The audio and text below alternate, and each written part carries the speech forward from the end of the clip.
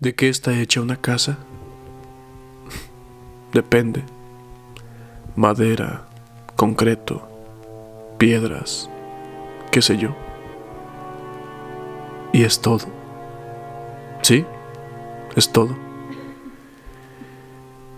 ¿Y qué pasa con las personas que yacen muertas debajo de ella? ¿Qué pasa con los recuerdos, con las anécdotas de aquellos que la construyeron?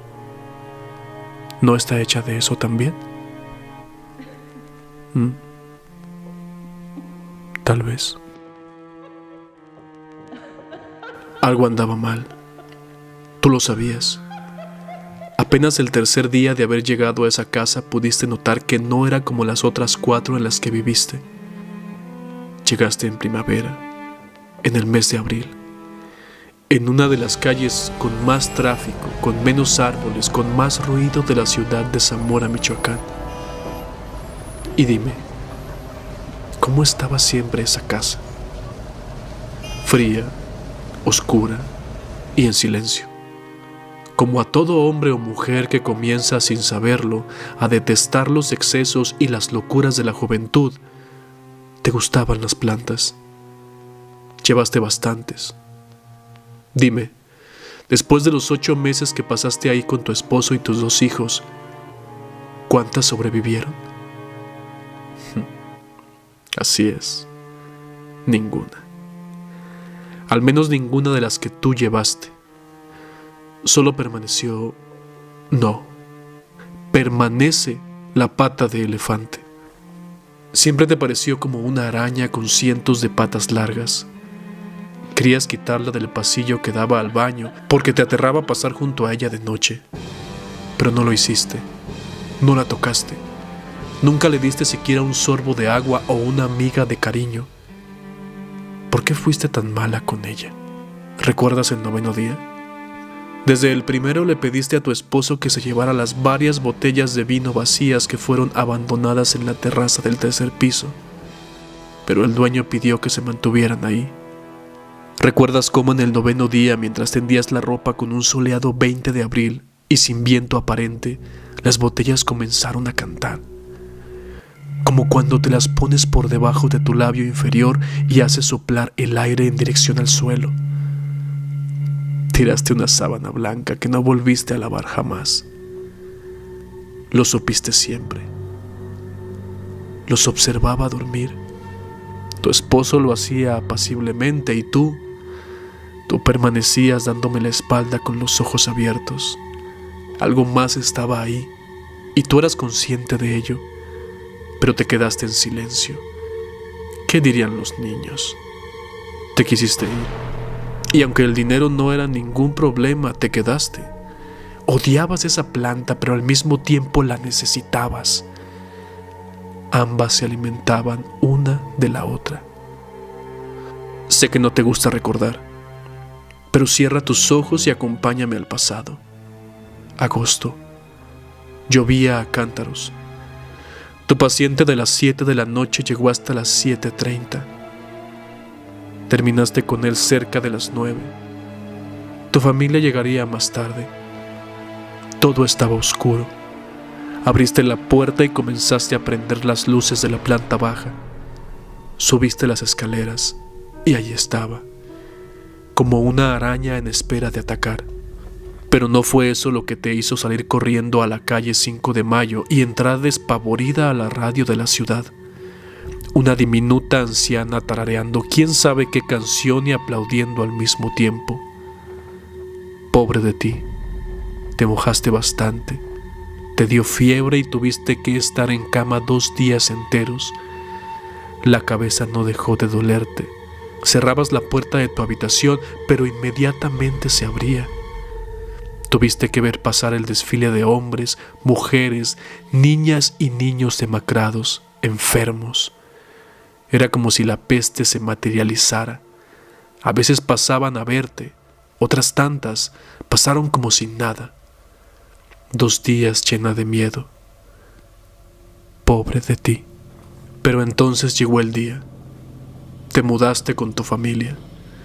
Sabías que ya no quedaba nada. Tu esposo y tú revisaron juntos 2 veces. pero tenías que subir una tercera y sola.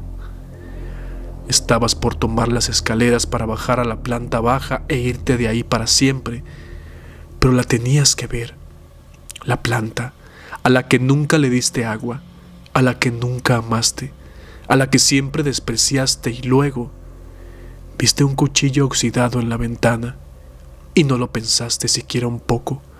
Lo tomaste y cortaste un pedazo para plantar en casa.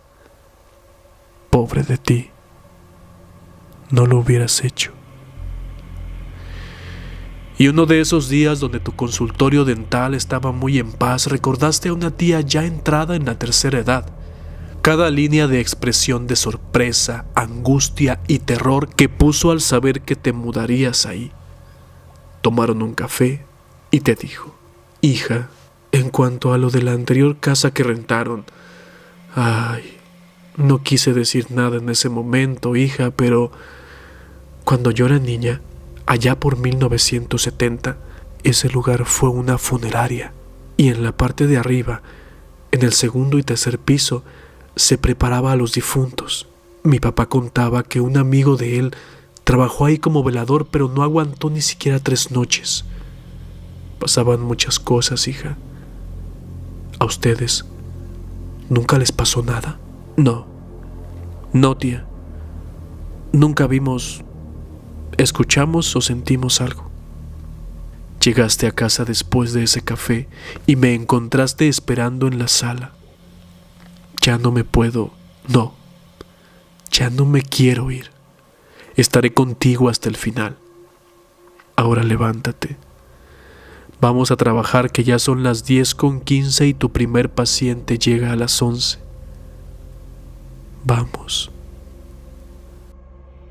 ¡Rápido!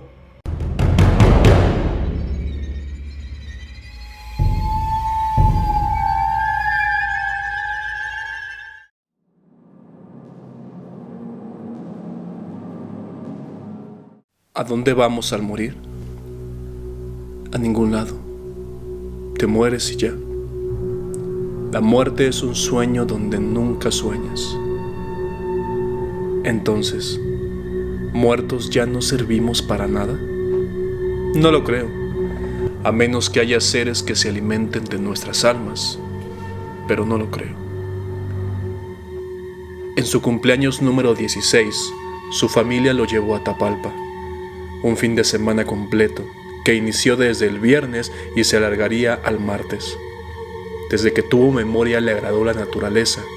La prefería muy por encima de la playa. Consideraba incluso muy poco inteligente ir a la misma playa cada año. Sus padres, quienes lo consentían como el hijo único, disciplinado y de cuadro de honor que era, en cada aniversario de vida le daban la oportunidad de conocer un nuevo lugar. Y el de ese año, 2005, fue Tapalpa. La cabaña se ubicó a 15 minutos del pueblo. El coche, un sedán para 5 personas, apenas pudo subir la pendiente. Era la última sobre esa montaña llena de árboles, y aunque vieron al menos 10 cabañas al pasar, todas se hallaban alejadas unas de otras, y la última, antes de llegar a donde ya los esperaba el dueño de la misma, lo cautivó. Eran las 5 de la tarde del viernes 14 de enero del 2005. Oscurecería muy pronto y no habían comido más que un par de botanas en el camino, pero convenció a su madre de acompañarlo a ver aquella cabaña. Su madre accedió. El padre se quedó encendiendo la parrilla. ¿En serio es esta?, preguntó la madre. Sí, es esta. Es muy bonita, ¿no? La madre puso una clara mueca de desconcierto.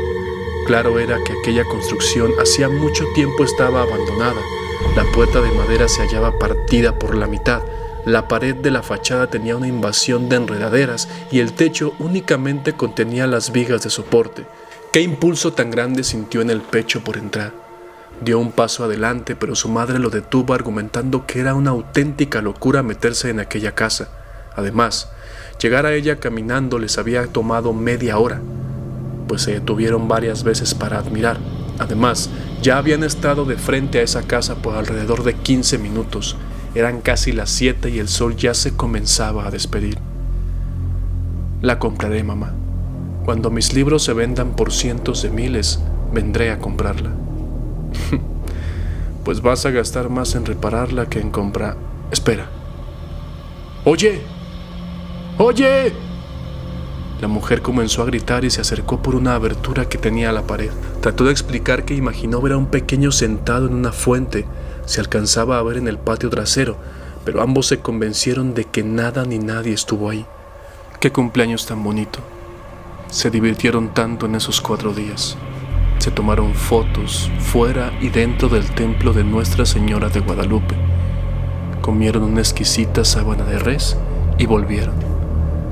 José sintió un vacío, el mismo que se siente cuando abandonas un hogar de mucho tiempo, el mismo que se siente cuando dejas de ver a tu mejor amigo. Lloró en el regreso. Tuvo que mentir y decir que el llanto era por lo feliz que estaba de tener a su familia tan cerca y unida.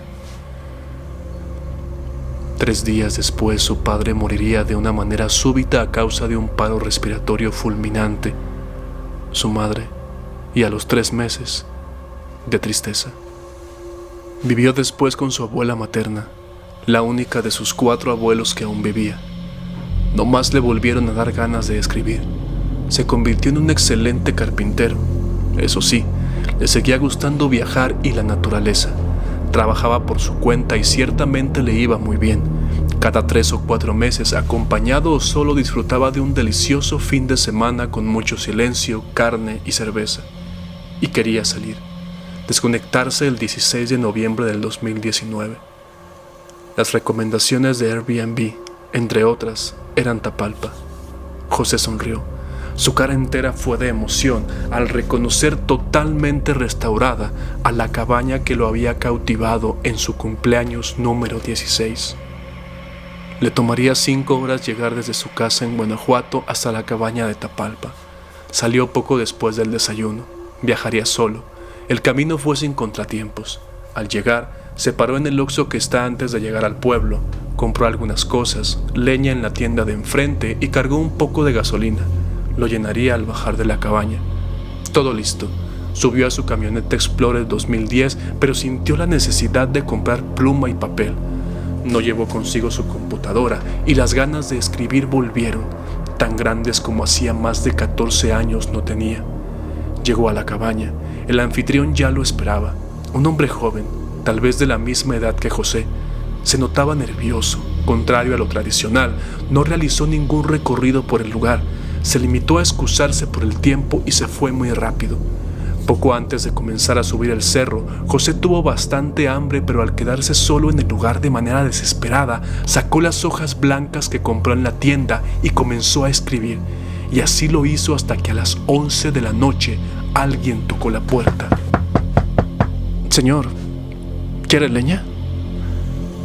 «No, niño, gracias. Compré antes de subir». ¿Seguro que lo hizo? La gente dice lo mismo, pero casi siempre lo olvidan. Ya son las 11 de la noche. Bajar le tomaría más de media hora. ¿Quiere revisar? La mirada fue tan intensa que José no pudo más que hacer lo que el niño le pidió y efectivamente no había leña. La apagué y olvidé subirla, pensó. ¿Sabes qué? La olvidé. Deja los 2 bultos que traes, paquetes o como se llamen. José pagó los 140 pesos por ambos y lo vio alejarse cuesta abajo. Se preocupó un poco, pensó incluso en llevarlo. Luego se calmó a sí mismo, diciéndose que seguro no era la primera vez que lo hacía. Qué desorden en la barra de la cocina, lugar donde había pasado más de 6 horas escribiendo. Las hojas estaban regadas por todos lados, algunas tiradas en el suelo. José no pudo recordar en qué momento pasó. Destapó una cerveza, 2, 3, 4, hasta que perdió la cuenta. Recordó cada uno de los momentos pasados con su familia hacía 14 años. Observó las cosas escritas, la historia de una casa con una planta que nunca se marchita a pesar de no recibir agua ni luz. Recorrió con su mirada la cabaña que algún día prometió comprar y que nunca siquiera intentó. 4 de la madrugada, y una vez más, alguien tocó. «Hola, señor. ¿Necesita más leña?» «Niño, te compré hace rato lo que traías. Ni siquiera encendí la chimenea y un momento». ¿Qué hora es esta de estar tocando puertas para vender leñas? ¿Dónde están tus padres? Con los tuyos. Un escalofrío caminó por la piel de José. Se sintió observado. Algo, una sombra lo vigilaba justo al lado de su camioneta. Volteó de manera muy lenta y lleno de pánico. Nada, no había nada. Cuando se dirigió al niño tampoco estaba. Solo la leña tirada y desordenada. Cerró la puerta y durmió. El día sábado no fue muy relevante para José. Y una vez más, de 6 a 11 de la noche, escribió como un demente. Una vez más sería sacado de aquel trance por los fuertes toquidos en su puerta. José, muy molesto, caminó, salió de la sala, cruzó la cochera y pudo ver por las aberturas de la puerta un resplandor y bastante humo. Le habían encendido fuego a la puerta de madera. Se quitó su chamarra, la puso en su mano derecha para tomar la chapa y abrió. Una calle solitaria y nada, absolutamente nada de fuego. Otra vez, ese sentimiento de ser observado. El alcohol. Debe ser el alcohol, pensó. Volteó, seguro de sí, y una enorme cabra se hallaba parada junto a su camioneta. Entró a la casa con las luces apagadas y notó un resplandor. La chimenea había sido encendida. Tenía las llaves de su camioneta pegadas en el volante, pero no huyó, ni siquiera lo intentó. Entró a la casa. ¿Quieres más leña?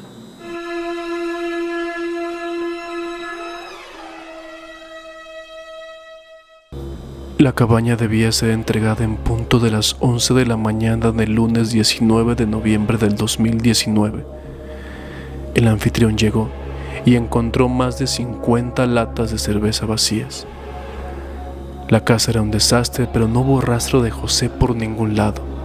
Las autoridades lo buscaron, pero al no encontrarlo, dieron por terminada la búsqueda 20 días después. Por ello, y si te encuentras disfrutando del maravilloso pueblo de Tapalpa, será mejor no abras la puerta si no esperas a nadie por ningún motivo.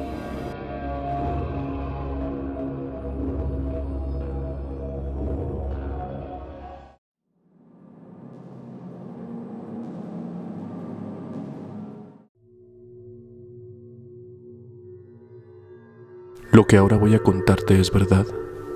Podría decirte que sí. Incluso podría darte pruebas de que así es. Pero pensándolo mejor, ¿quién en la historia del mundo, hombre o mujer, puede decir que ha tenido la verdad entre sus manos? La verdad. ¿Qué es la verdad? Una pregunta que ni siquiera el nazareno loco pudo responder. Ella trabajó demasiado los últimos 6 meses. Colaboró como diseñadora de un importante libro sobre uno de los más grandes héroes de la independencia. Le prometieron un gran pago que nunca llegó. A cambio, le ofrecieron, tan solo para hacer tiempo, un viaje todo pagado a Veracruz. Pasaré con mi abuela al regreso, pensó. Y lo aceptó. Era octubre. Las horas eran más largas. Su animal preferido fueron siempre los gatos. Desde que llegaron al hotel Las Brisas, hizo conexión con una gata blanca que descansaba junto a la puerta de acceso. Parecía un animal acostumbrado al contacto y acercamiento humano. No opuso resistencia alguna a sus caricias y a su dulce voz para dirigirse a ella. ¿Es del hotel?, preguntó al chico de recepción. No, a veces viene. Su habitación daba a la calle. Ella gustaba de escribir. No lo sabía, pero en ese pueblo nacería dentro de su cuerpo y de su alma la mejor novela que la humanidad podría leer. Se quedó escribiendo en el balcón notas al azar, frases que no tenían hilo conductor, pero que por sí solas funcionaban mejor que una página entera. Escribía como una niña pequeña, con toda su libertad. Escuchó justo al cerrar su cuaderno de notas un maullido. La gata blanca cantaba a la luna llena. Solo faltaban 2 días para la víspera de Todos los Santos. Le pareció tan bonito escuchar y ver a la gata, hasta que todos los gatos de Catemaco, o al menos eso parecía, comenzaron a cantar al mismo tiempo. Esta vez, el sonido se hizo insoportable, asemejaba a la música de un órgano, y este instrumento siempre le había causado terror. Entró a la habitación, cerró la ventana y las cortinas, se colocó audífonos y comenzó a escuchar la melodiosa voz de Natalia Lafourcade. Eso la tranquilizó. Sus ojos comenzaron a cerrarse y cayó en un sueño profundo. No lo supo, pero afuera, En su balcón, la gata blanca no dejaba de mirar la ventana. Bajó temprano. Desayunó unos huevos, pan con mantequilla y un café sin azúcar. Salió a explorar, a caminar por el pueblo. Tenía en sus manos un billete de 500 pesos y otro de 200. Estoy dispuesta a gastar el de 500 con tal de vivir la experiencia de una limpia en Catemaco, se dijo. ¿Cuál sería su sorpresa? El brujo más económico costaba 2000. Se limitó a ver cómo le hacían una a una mujer alemana en la última casa donde había preguntado. Dieron las 3 de la tarde. El hambre llegó y encontró un manjar que nunca se le hubiese ocurrido combinar: una torta de pollo rostizado con crema y salsa de jitomate. Le gustó tanto que comió 2. 5 de la tarde, 30 de octubre. Iré a ver el lago. Tomaré unas fotos y escribiré en base a ellas. Se dirigió al lago. Llevaba un vestido amarillo que hacía una combinación perfecta con su blanca piel, su rojo cabello y sus lunares negros. Se sentó en la orilla, tomó la primera foto y escuchó un maullido. Era ella, la gata blanca. ¡Qué gusto! Acércate. Eres tan linda, tan tierna.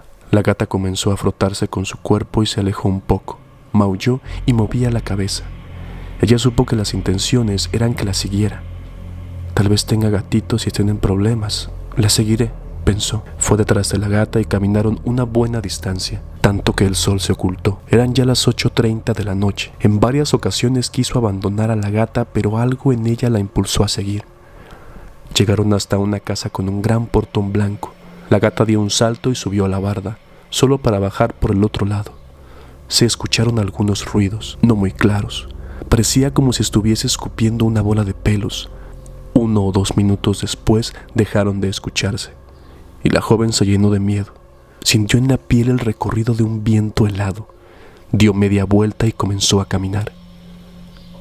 «Señorita, espere, por favor». Una anciana de cabellos blancos y que le recordó mucho a su abuela materna estaba en la puerta.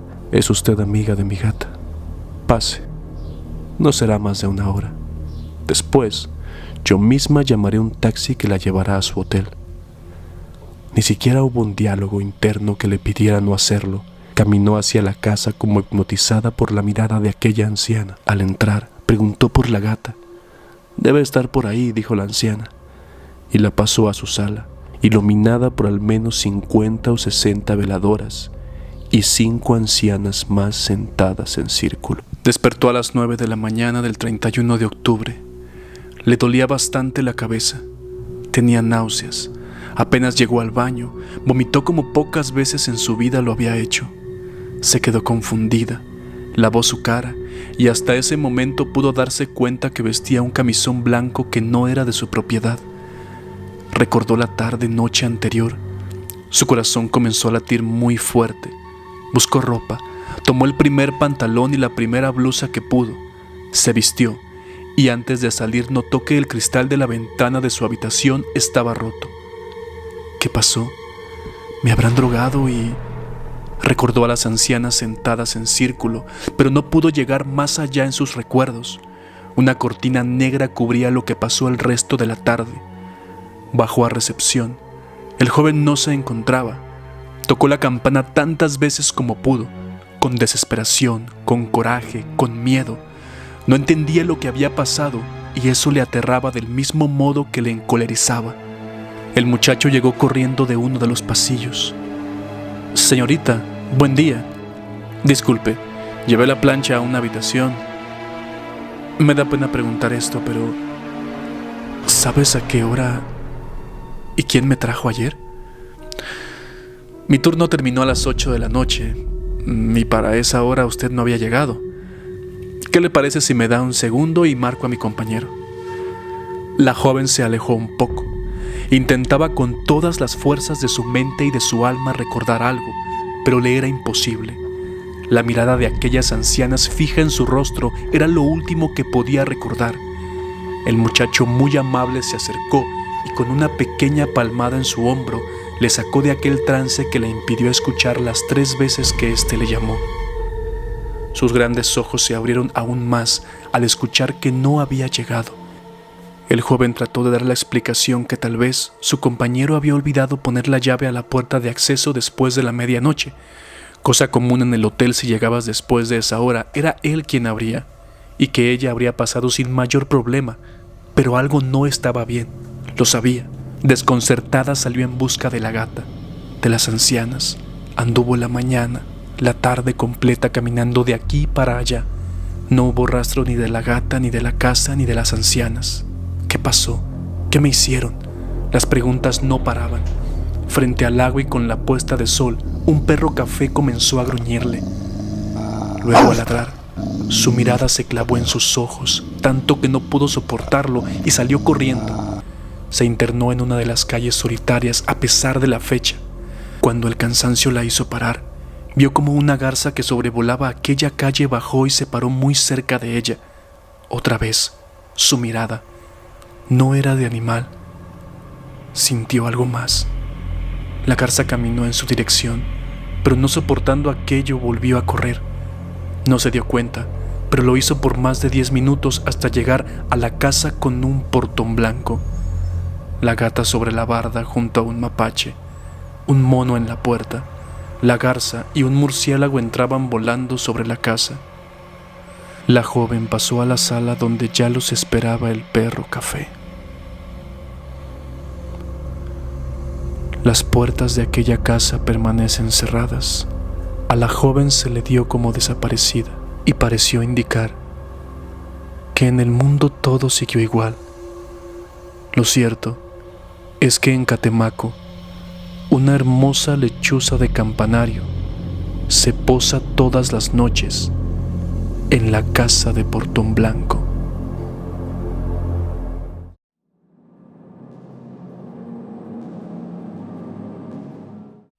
El 20 de febrero de 1943, un suceso natural cambió la vida de los habitantes de Paricutín. Los eventos ocurridos en un maizal del pueblo generaron incertidumbre, angustia y miedo en la población. Algunos atribuyeron los hechos a un castigo divino, mientras que otros temían que se avecinaba el fin del mundo. Sin embargo, lo que estaba por suceder era el nacimiento de un volcán, el Paricutín.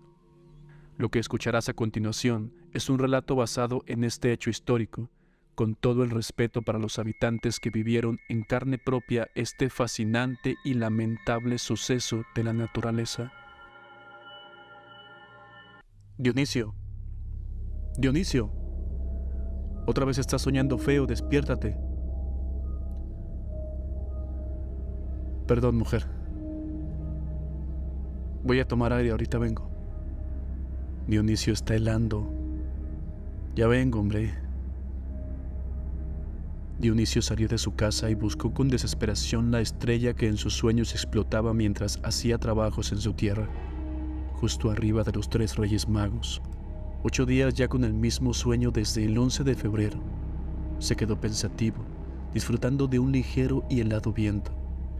Cuando creyó que era mucho de estar pensando en cosas tan simples como las pesadillas, dio media vuelta y caminó hasta la puerta de su casa. A punto estuvo de abrirla, pero la tierra emitió un sonido. Era como si una bestia se hallara debajo de ella. Se hincó, colocó sus manos encima y se paró de sobresalto pegando en la puerta. ¡Dionisio! ¿Qué pasó? Nada. Me tropecé. Su corazón le latía tan fuerte que llegó a dolerle el pecho. Escuchó una voz que dijo su nombre. Y no solo eso, claramente le dio un mensaje. Ya casi estoy aquí. Menos de un siglo para que mi espíritu vuelva a unirse con mi cuerpo. Marca tu parcela con el color rojo de la sangre para que pueda encontrarlo. Ya no pudo dormir. Se levantó más temprano que de costumbre y fue hasta la iglesia de San Juan Parangaricutiro a ver y comentarle todo al padre. ¿Sigues bebiendo? No, ya no, se lo juro. En casa de Dios no jures. Tengo muchas cosas que hacer hoy. Déjame terminarlas. Estaré en tu casa a las 8 de la noche. Está bien. Se dieron las 8, las 9, las 10. Dionisio se preocupó demasiado. Le dijo a su esposa que iría a recoger a su compadre que se había quedado tirado de borracho en la plaza desde la tarde y fue a ver por qué el padre no había llegado. El camino se hallaba más oscuro y al fondo, una silueta humana con manos abiertas. Dionisio se hincó, pues la figura se elevó como si de un santo se tratara. Tomó valor. Las campanas de la iglesia comenzaron a tocar. «Santa Madre de Dios», exclamó Dionisio. Era el Padre sin ojos, sin sus labios, sin su nariz. Comenzó a rezar de manera rápida y todo lo que sabía. Puso la cara en el suelo y una luz cegadora iluminó todo el campo. Cuando bajó la intensidad, el hombre buscó de dónde venía, de la misma estrella de sus sueños. Volvió corriendo a casa, apagó las luces y pidió a su esposa que rezaran hasta que el sueño los venciera. Y así lo hicieron. El 19 de febrero, el cuerpo del padre se hallaba sobre la parcela de Dionisio. Lo detuvieron casi todo el día. Fue por la noche cuando lo soltaron. «¡Dionisio! ¡Dionisio!».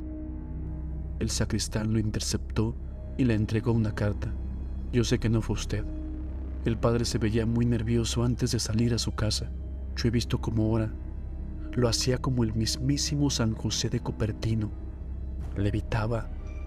Él vio cosas y las escribió aquí para usted. Me dijo que si no volvía, debía entregárselas aunque mi vida estuviera en riesgo». El sacristán se fue. Dionisio buscó una marquesina con luz y abrió aquel mensaje. «El universo es como el mar, Dionisio. Conocemos casi nada. Hay seres que son llamados señores entre los demonios. Solo gente como tú y como yo conocemos la diferencia.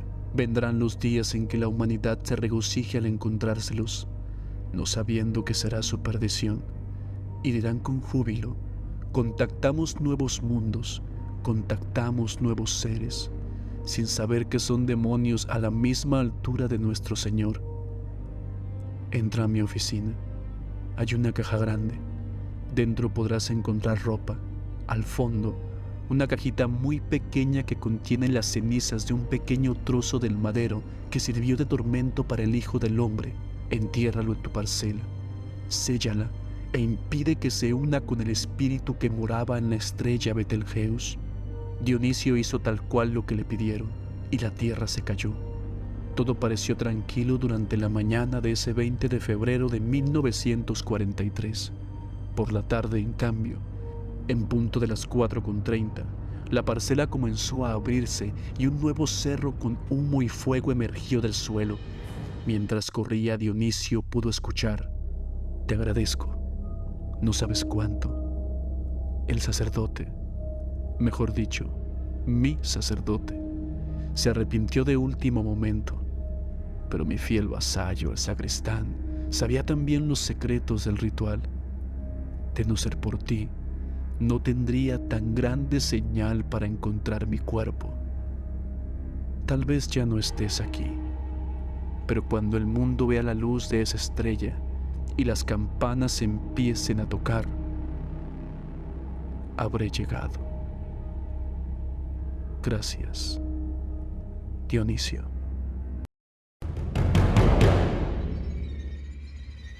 La duración de la actividad de este volcán fue de 9 años, 11 días y 10 horas. La lava recorrió unos 10 kilómetros. No hubo víctimas humanas, dado que hubo suficiente tiempo para desalojar a toda la población. El volcán solo sepultó 2 poblados, Paricutín y San Juan Parangaricutiro.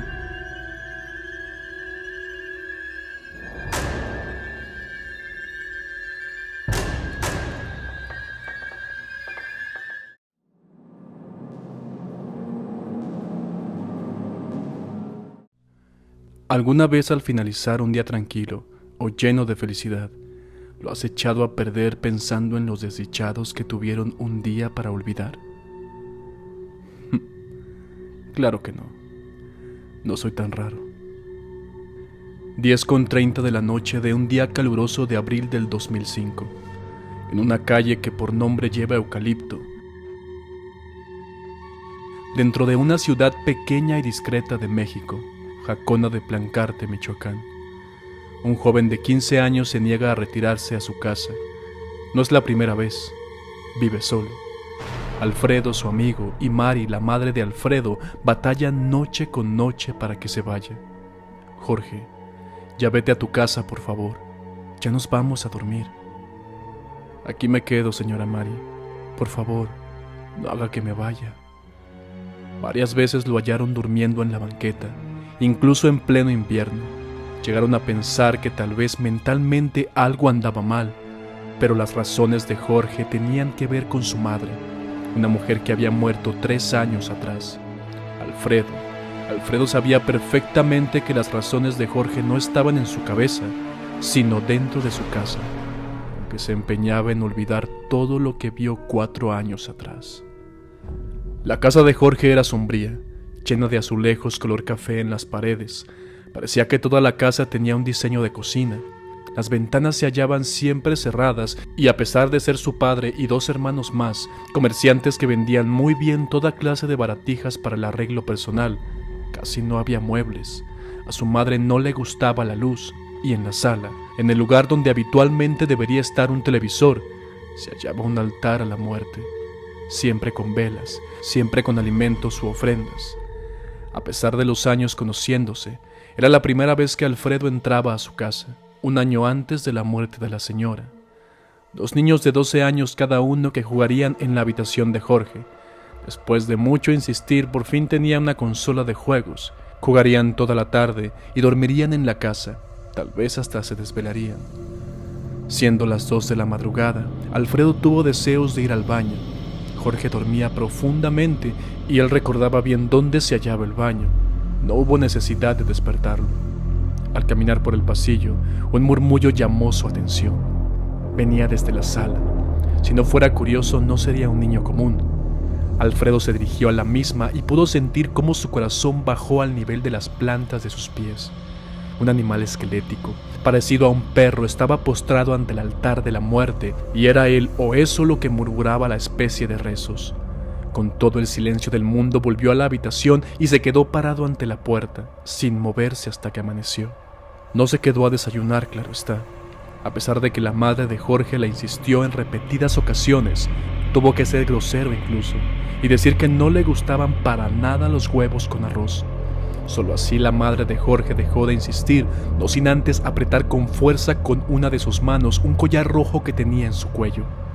No volvería a esa casa nunca más, e incluso se alejó de Jorge al grado casi de no dirigirle la palabra. Casi un año más tarde, mientras Alfredo se disponía a dormir, en el cuarto que daba a la calle, el sonido de pasos de un caballo llamó su atención. Al acercarse a la ventana, con cuidado y miedo abrió la cortina, y he ahí un hermoso caballo negro. ¿De quién será?, se preguntó. El animal se acercó hasta él, y Alfredo reconoció en sus ojos algo familiar, algo que ya había visto. Cerró la ventana, apagó las luces y se fue a dormir. Para mediodía, la noticia de un caballo negro que estuvo observando ventanas, parándose en 2 plantas incluso para alcanzar las más altas, y con un collar rojo colgado en su cuello, ya estaba en boca de todos. Dicen que es el diablo. Anda buscando almas malas para llevárselas montadas, decían algunos. Pero cuando Alfredo escuchó el tan peculiar adorno, supo que era esa misma criatura la que vio rezando y la madre de Jorge que la sostuvo con coraje al negarse a desayunar. El miedo que tuvo Alfredo fue el mismo miedo que tuvo toda la gente. Las apariciones no cesaron. En la madrugada siguiente fue un perro tísico lo visto en las ventanas. En la tercera, una vaca de ojos negros. En la cuarta, un gato blanco. Todas y cada una de las criaturas con el collar rojo en su cuello. En la quinta noche nada apareció. Solo el rumor al día siguiente del intento de robo de un recién nacido en la colonia vecina por una enorme garza, a la que la madre le clavó en repetidas ocasiones su cuchillo. Ese mismo día murió la madre de Jorge.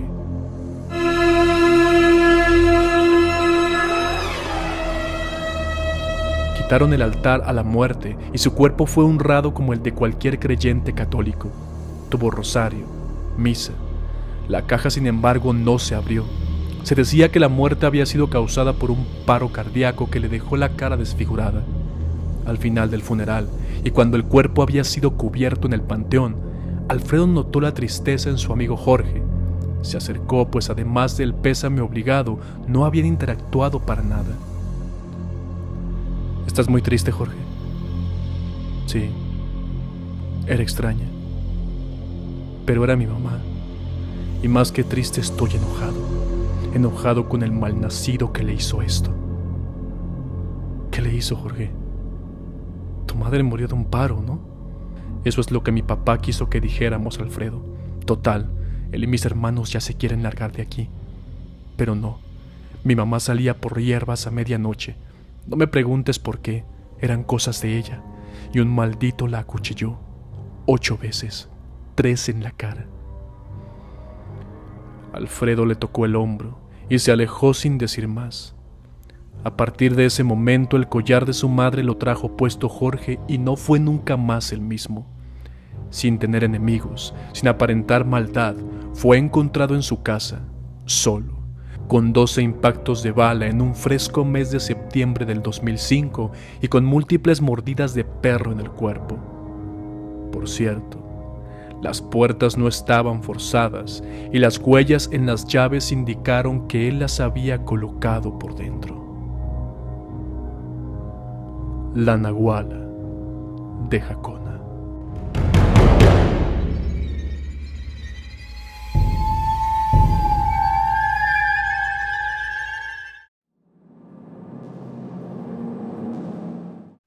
¿Qué será de mí después de la muerte? Me pregunto a veces si renaceré, seré castigado en el infierno o gozaré los placeres del paraíso. ¿Voy a ser un alma en pena que se alimente del miedo? ¿Un fiel súbdito del diablo? ¿O solo me dormiré? Era una época oscura para mí. Con apenas 17 años me enfrenté al terrible dilema de ser padre. Yo que no estudié más que la primaria. Yo que no tenía trabajo seguro. Yo que apenas si conocía a la muchacha con la que ahora tendría que pasar el resto de mi vida. Todo aquel que me encontró en aquel tiempo en la calle, o me daba sus felicitaciones o la frase que odié y lo sigo haciendo hasta la fecha. ¿Pero en qué estabas pensando, niño? Para fortuna mía, tuve en ese momento un amigo verdadero. Agustín me encontró trabajo tan solo unas horas después de contarle mi tragedia. Lavaría máquinas en una empresa procesadora de frutas, o lo que aquí, en mi natal Jacona, llamamos congeladora. La paga era regular, pero me darían seguro social, una preocupación menos. El turno por estar comenzando sería el de la noche. Agustín, qué gran amigo tuve. La primera semana que yo estaría trabajando, él mismo solicitó el cambio a la noche para poder mostrarme todas y cada una de las actividades. Él hacía el mismo trabajo que haría yo. Y además de todo eso, se ofreció a llevarme en su moto. Solo tenía que esperarlo en la iglesia de Cristo Rey, y ahí mismo me dejaría en la madrugada. La iglesia sufría una remodelación. Le construían una torre alta. Parece que a las iglesias les encantan las torres altas, y entre más altas mejor. Se decía que en la punta de aquella se pondría la figura de bronce de un Cristo Rey. Todo tenía sentido. El turno comenzaba a las 10 de la noche y se daba por terminado a las 6 de la mañana. El trabajo era pesado, pero pude soportarlo. El séptimo día, el último de mi turno nocturno, llegué como siempre a las 9:20. Como aún faltaban 10 minutos para que Agustín me recogiera, me senté en una jardinera muy cerca de la torre y pude notar que un hombre muy formal la inspeccionaba. La veía de arriba a abajo, haciendo señas con la mano. Parecía como si tomara medidas. Sería el ingeniero o el arquitecto, pensé. Siendo las 9:28, me levanté de la jardinera y me dispuse a caminar a la carretera. Pero sentí entonces una mano en mi hombro, helada, a tal punto que me dio un frío tremendo. «Joven, perdone que lo moleste», dijo el hombre muy educado, amable por cierto. «Afino los detalles para esta hermosa torre. Quiero que nuestro Señor Cristo Rey se vea hermoso desde lo alto. Pero me surge una duda y dado que imagino usted vive aquí, quería preguntarle. A usted y a muchos, claro. ¿Cómo le gusta más la figura de nuestro Señor? ¿Con las manos abiertas o dando la bendición? Desde hacía un par de años yo no estaba ni remotamente cercano a la iglesia. Dejé de rezar por las noches y ni siquiera me di cuenta el momento donde lo hice. La verdad no me importaba la figura, ni la torre, ni la iglesia. Me da igual, señor.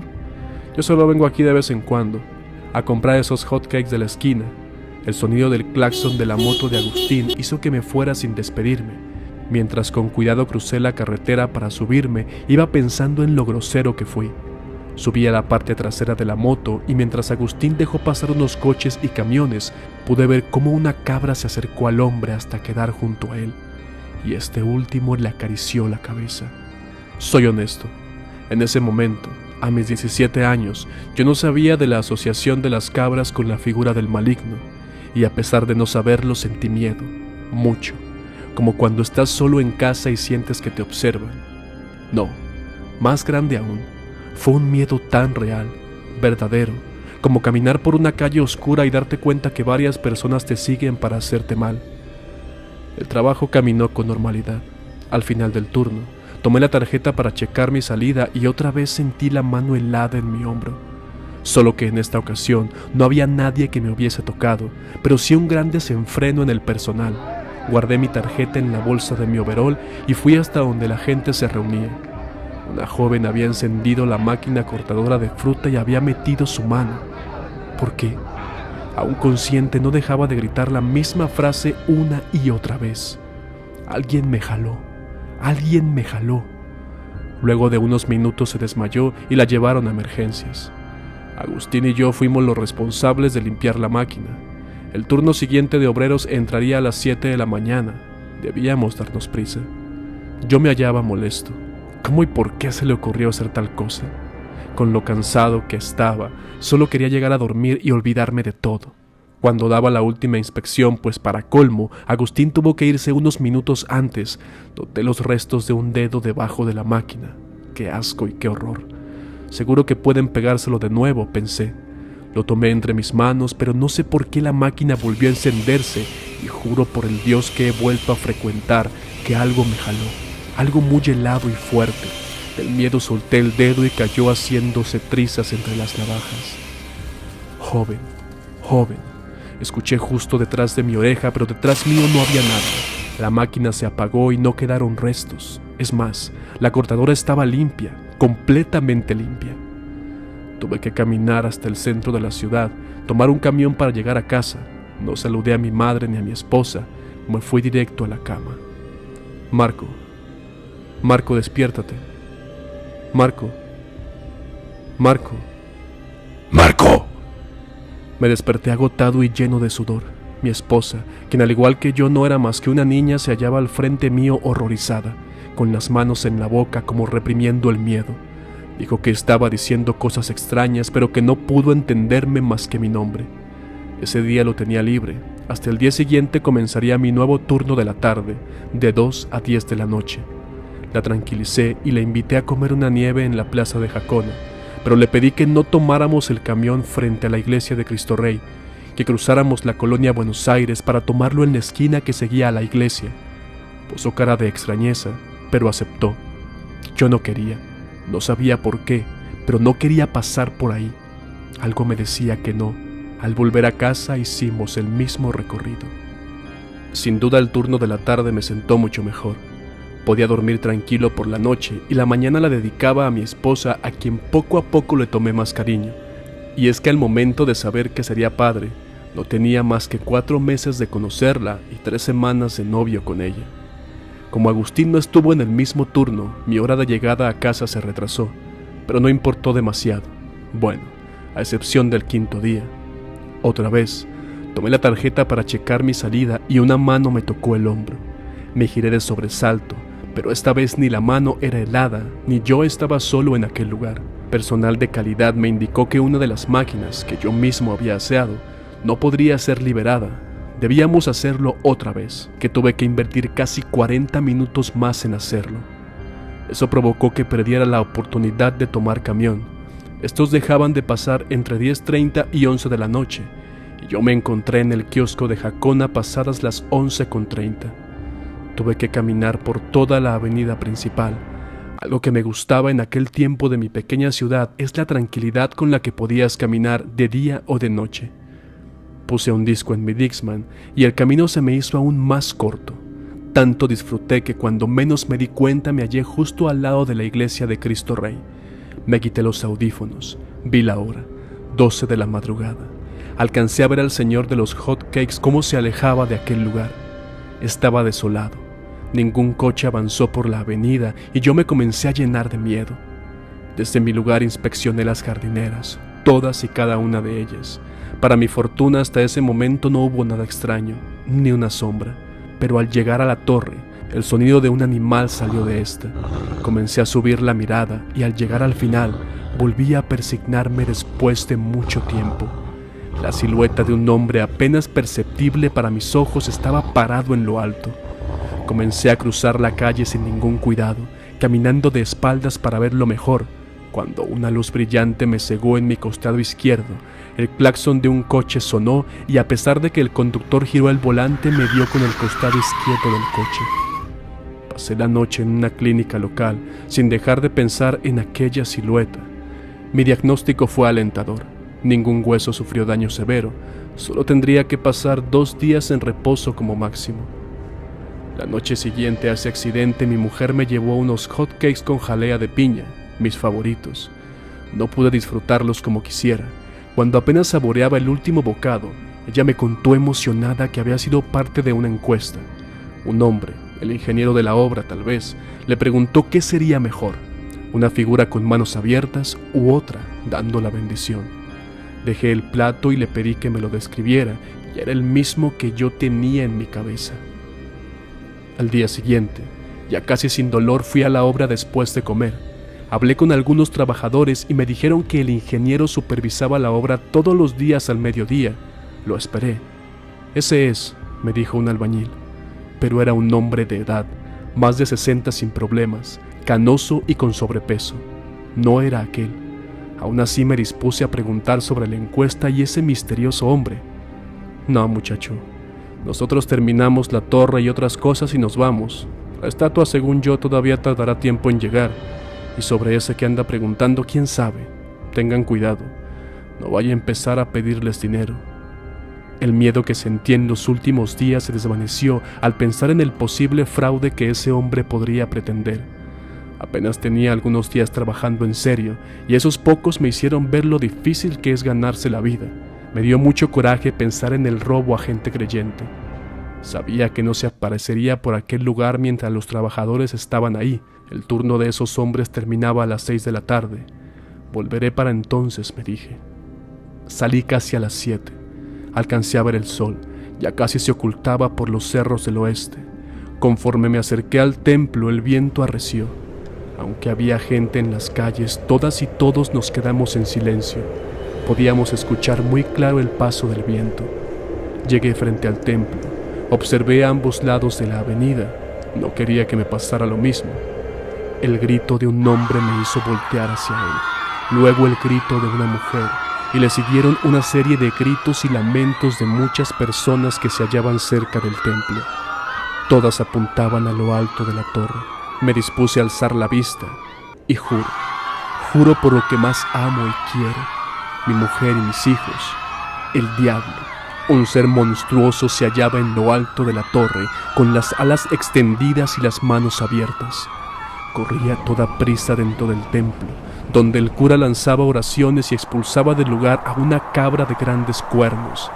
La lluvia se soltó y me quedé ahí dentro como muchos y muchas hasta entrada la noche.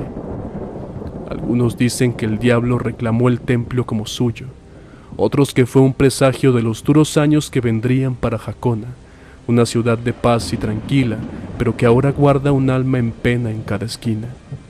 Lo único que sé es que lo vi. Yo lo vi.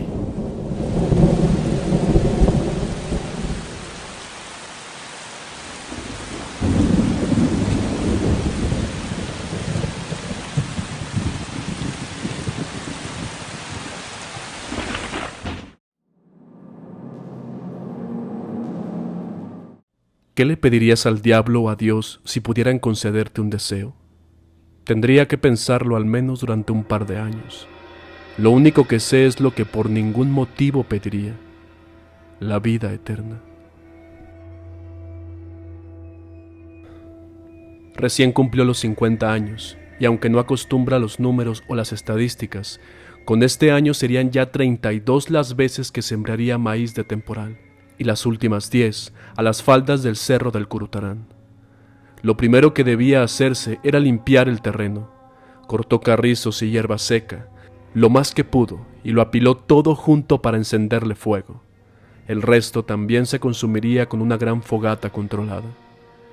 A veces uno hace las cosas sin saber que será la última vez que lo hará. El sol sale junto al Curutarán y se oculta del lado contrario. Con lentitud, las últimas llamas se extinguían e iba colocando tierra a las brasas que podrían ser una amenaza. Al terminar, y estar seguro que no vería desde casa al cerro incendiarse por la noche, buscó su morral para retirarse. No estaba donde lo había dejado.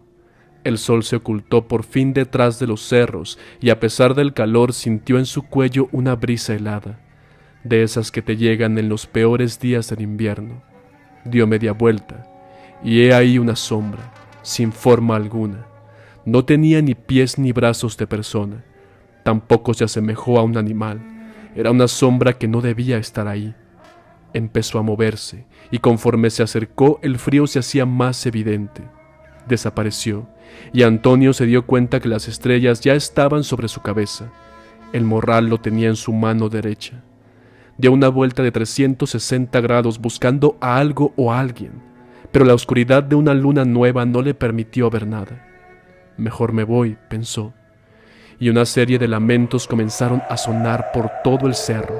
Se fue a toda prisa, y los lamentos lo siguieron y no pararon hasta que atravesó el río que venía de la presa de la luz. Antonio era de buen comer, pero esa noche no hizo más que mover los frijoles de un lado a otro y solo comió media tortilla. Muy a pesar del miedo, decidió en los siguientes días continuar con la siembra. Después de todo, no era la primera experiencia extraña en su vida, y aquella costumbre de año con año sembrar maíz, frijol y calabaza ya era una necesidad, algo esperado pese a que fuera cansado. Aquel suceso nocturno fue pronto olvidado. Terminó de limpiar el terreno, sembró y veía crecer a las plantas de maíz poco a poco sin que nada más pasara. Corría el mes de julio. Las plantas ya superaban el metro de alto y de manera muy detallada hacía limpieza, cortando con una rozadera la hierba que crecía cerca del tallo. El viento arreció, uno fuerte, parecido a los de febrero o marzo. Notó cómo la piel de sus manos se enchinó y una vez más un frío invernal cobijó su cuerpo. Poco a poco se puso de pie, y he ahí otra vez a la sombra. Los lamentos volvieron. Sintió un cosquilleo en sus pies y al bajar la mirada vio cómo decenas de serpientes circulaban junto a ellos. La sombra se acercó hasta quedar justo frente a frente. Ven y llévate todo. Una voz salió de aquella sombra que luego comenzó a subir el cerro y se metió en una de las paredes del mismo.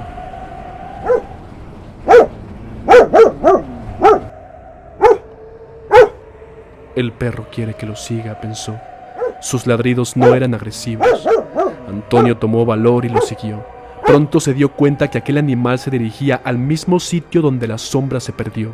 Al llegar ahí, vio una apertura en el cerro jamás vista por él. La entrada a una cueva se halló frente a sus ojos. El sol se ocultó detrás de los cerros y de la cueva salió un sonido de agua, como si un río corriera a toda prisa. Hay veces en la vida donde has caminado tanto un sendero que a pesar de lo duro que ha sido, volver te cansaría mucho más. Antonio ya pisaba la entrada de la cueva. Volver no era una opción. Entró en ella y no podía creer lo que veía. Una ciudad entera, muy parecida a la suya, pero totalmente sola. Un río la atravesaba por la mitad. Era el sonido de sus aguas lo único que rompía el silencio y la soledad de aquel lugar. La sombra, otra vez la sombra y el frío. Pero esta vez avanzó muy lento hacia adelante y murmurando la frase «Ven, llévate todo». La repetiría una y otra vez. La sombra paró en un cementerio, calcado hasta el más mínimo detalle al viejo panteón de Jacona, Michoacán, con una única diferencia, y es que los pasillos se hallaban repletos de monedas de oro. Se habría tardado una persona horas, días, tal vez semanas en contar todas y cada una de ellas.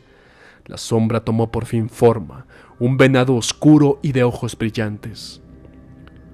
Ya sabes el camino de vuelta. Vete, pero debes llevártelo todo. Naturalmente era imposible. Se habría necesitado un par de camiones de carga para llevar todo eso. Antonio, con una sonrisa llena de ambición, dijo que sí. Vació su morral, lo llenó hasta el tope, hizo lo mismo con los bolsillos de su pantalón y su camisa y corrió a toda prisa a la salida. Sus problemas estaban resueltos, pensaba. Mientras corría, imaginó todo lo que haría con el dinero. Pensó también en amigos y familia con los que podría compartir aquel secreto, para que también ellos resolvieran sus problemas. Al llegar a la puerta, el venado oscuro se hallaba esperando. ¿Qué pasó? ¿No fui claro? Te dije que todo. Y el hombre sintió cómo el peso de sus bolsillos y de su morral desaparecía. Quedaron vacíos. Dio una mirada llena de coraje al venado y volvió a toda prisa al cementerio. Volvió a llenar su morral y sus bolsillos, pero esta vez se escondió por buen tiempo entre las calles. Pretendía burlar al venado, que se fuera de la entrada para que le permitiera salir con su tesoro. Cuando pensó que ya era suficiente, una risa comenzó a escucharse por todos lados.